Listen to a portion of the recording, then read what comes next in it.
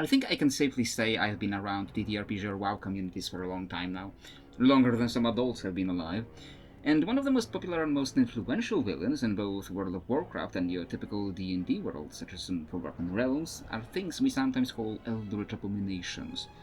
Old gods in World of Warcraft, or the creatures of the Far Realm in D&D. They are so popular that probably the biggest recent D&D video game, Baldur's Gate 3, had its plot centered around the Mind Flayers and an Elder Brain. Old gods served as the main villains of several WoW expansions and patches. Yet there is something about the representation there that often made people call it Lovecraft Light. H.P. Lovecraft was of course the creator of the genre of cosmic horror, the author of several world-renowned works such as At the Mountains of Madness or Shadow over Innsmouth. It's called cosmic horror, not without a reason.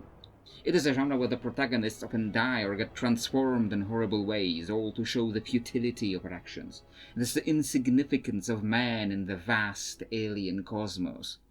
Meanwhile, in fantasy, the madness inflicted by looking at these creatures is often a debuff you can dispel or prevent, and the creatures can be killed like anything else, sometimes just zapped with a huge laser beam. So people often say, fantasy doesn't get Lovecraft. Or does it? What if it does, but just disagrees with him? We need to first get into who Lovecraft was, and what shaped him into the person he was, and what led him to write the things he did. I personally find H.P. Lovecraft a very interesting person, and I feel certain empathy for the man. Just reading about his life is very difficult, because his early life, his most formative years, are just a list of tragedy after tragedy after tragedy. Everything good that comes to him immediately comes with a very bitter lining. His father dies of probably syphilis, which might have caused the father to behave like many insane characters in his later works. His grandfather, who became a very influential figure in his life, later loses all his businesses and dies of a stroke, leaving Lovecraft and his doting, overbearing mother in poverty, after coming from English nobility and a wealthy house with multiple servants. Some of the things about his early life are just so painful to read and talk about. You can look at it and see, is it any wonder that he became such a sad, fearful and hateful man? And if he didn't, we probably wouldn't have some brilliant works of fiction. I can't help but identify with him a little bit. Not the racist parts, of course. People joke about his cat's name, but his racism went much deeper than that. I identify with a man whose life was shaped by tragedy, not the parts where he was fighting against civil rights. I identify the tragedy that led him to have a very dark view on life and the universe. To understand the fantasy doesn't get Lovecraft, we have to also get Lovecraft's actual works.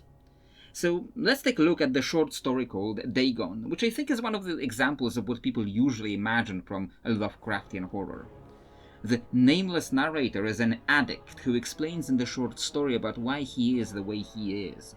The narrator's ship was sunk during World War I, but instead of dying or being captured by the Germans or whoever else, he washes up on a freshly dredged up landmass that slowly dries out while stinking with the carcasses of all the fish that died in it.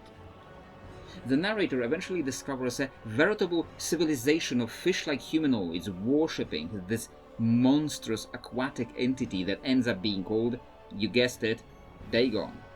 He is so horrified by this idea, by witnessing this creature, that he flees back to his boat and then wakes up in San Francisco. He is horrified and driven to hard drugs to forget seeing a giant fish. If you look at the few other works of H.P., such as The Shadow over Innsmouth, you see a lot of that. You get the idea Lovecraft just kind of didn't like fish.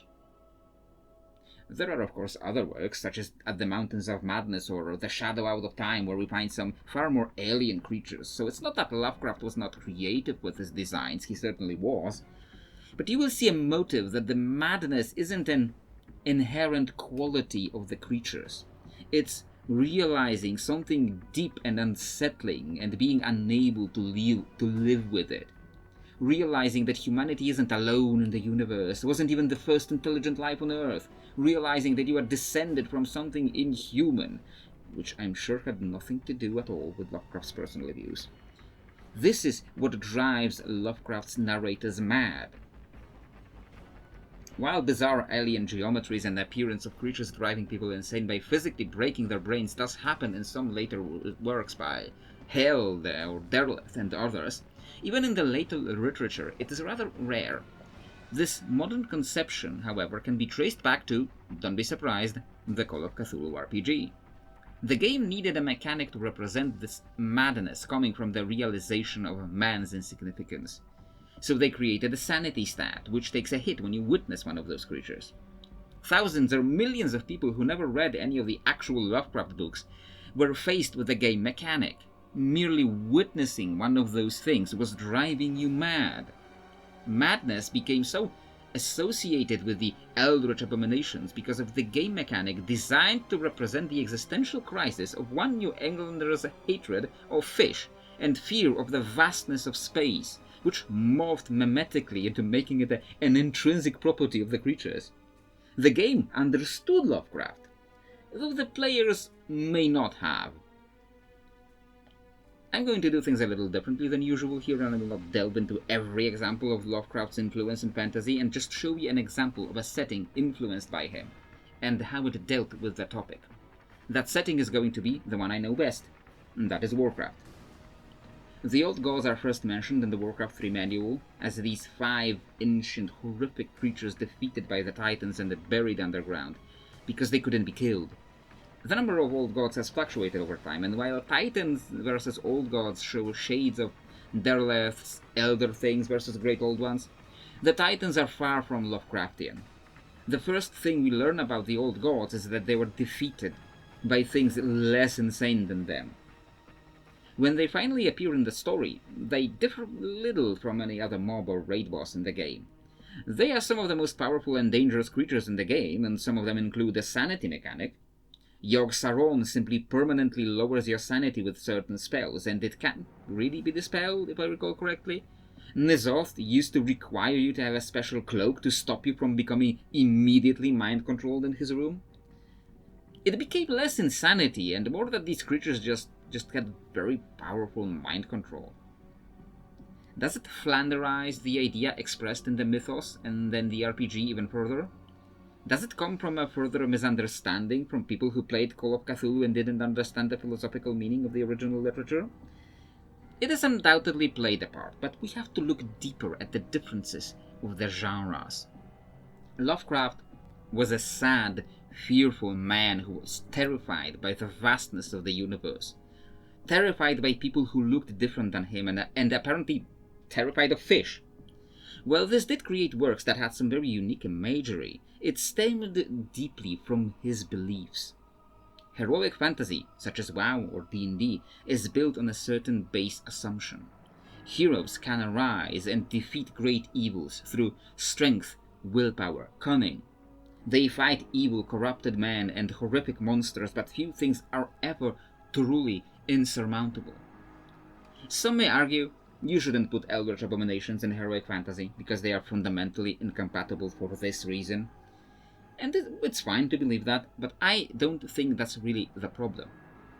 Heroic fantasy, especially when it includes these creatures, stands in very conscious opposition to it.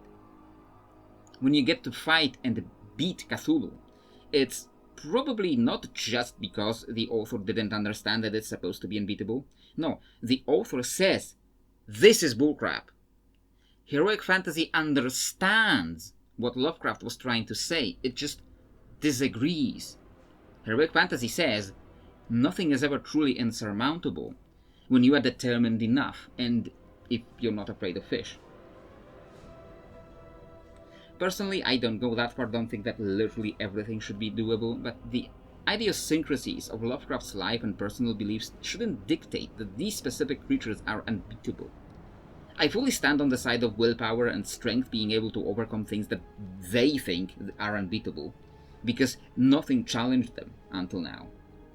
Perhaps we should just be getting rid of the insanity mechanics, of the sanity mechanics, because they only really reflect one's own personal philosophical biases and beliefs being confronted by things that are outside them. Perhaps these should be, just roleplay elements. We would lose some very important parts that are identify with Lovecraftian fiction a lot. But is it really worth it if they flanderize the idea that Lovecraft was expressing? And I cannot tell you the amount of times when I said I disliked something and people would then try to explain it to me. Like, I understand it, I just disagree. People too often seem to think that if they just explain things enough, I will start liking their thing. Like, no matter, this is addressed to one specific dude from my university.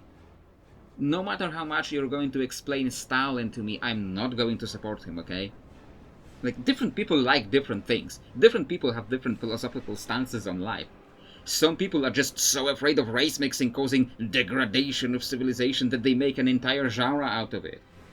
And we're allowed to look at it and say, this is bullcrap. We're allowed to have compassion for the tragedies H.P. Lovecraft suffered and imagine that maybe if he had a better life, he would have been a better person, but still show a triumph of human spirit over the uncaring universe. And let's not forget, even Cthulhu got rammed by a boat and defeated in the end. Well, I think this is it for this one, and I certainly hope it gets a better viewership than the Dune one. If this doesn't draw attention, that might be it for those genre analysis videos. Yeah, I am doing what I like in these, but also putting in hours of work into research, writing, recording, editing, and then seeing barely any clicks feels very demotivating. So I hope you enjoyed this video, and if you agree or disagree with my assessment of cosmic horror and fantasy, let me know in the comments below.